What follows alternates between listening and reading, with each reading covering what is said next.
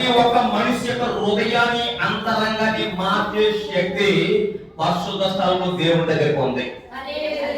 ఒక మనిషి యొక్క ఇది ఎందుకు పనికిరాని బ్రతుకు అయిపోయింది అనుకున్న వారిని కూడా పనికొచ్చేవాడుగా చేస్తాడు. మనం చూస్తాం ఎంతమంది ఉన్నారు ఒకప్పుడు అయిపోయి బతకలేదు అన్నవారు బ్రతుకుతున్నారు. మార్చే శక్తి పరిశుద్ధ స్పర్శ శక్తి దేవుడి మందిరానికి ఉంది. కానీ క్వశ్చన్ చెప్తాను, నిలబడే సేవకుడు ఉండదు. మరొకసారి చెప్తాను, నిలబడే సేవకుడు ఉండదు. కానీ నిలబడి చెప్తున్న సేవకుడు చెప్తున్న వాక్యంలో ఆ శక్తి ఉంది. వాక్యంలో ఆ శక్తి ఉంది. వాక్యానికి ప్రతి ఒక్క మనిషి యొక్క హృదయాన్ని మార్చే శక్తి ఉంది. అది ఎంత అపవిత్రుడైనా ప్రేమించే శక్తి వాక్యానికి ఉంది. వాక్యం నీలో ఉంటే నువ్వు ప్రేమిస్తావు, నీలో లేకపోతే ప్రేమించలేవు.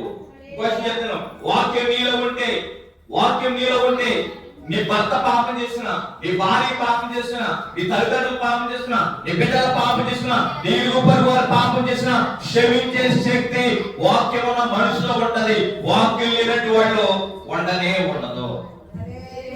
ఇది జ్ఞాపకం చేసుకోవాలి. ఇప్పుడు వాక్యం అంటే మీరు అందరూ జ్ఞాపకం చేసుకోవాలి.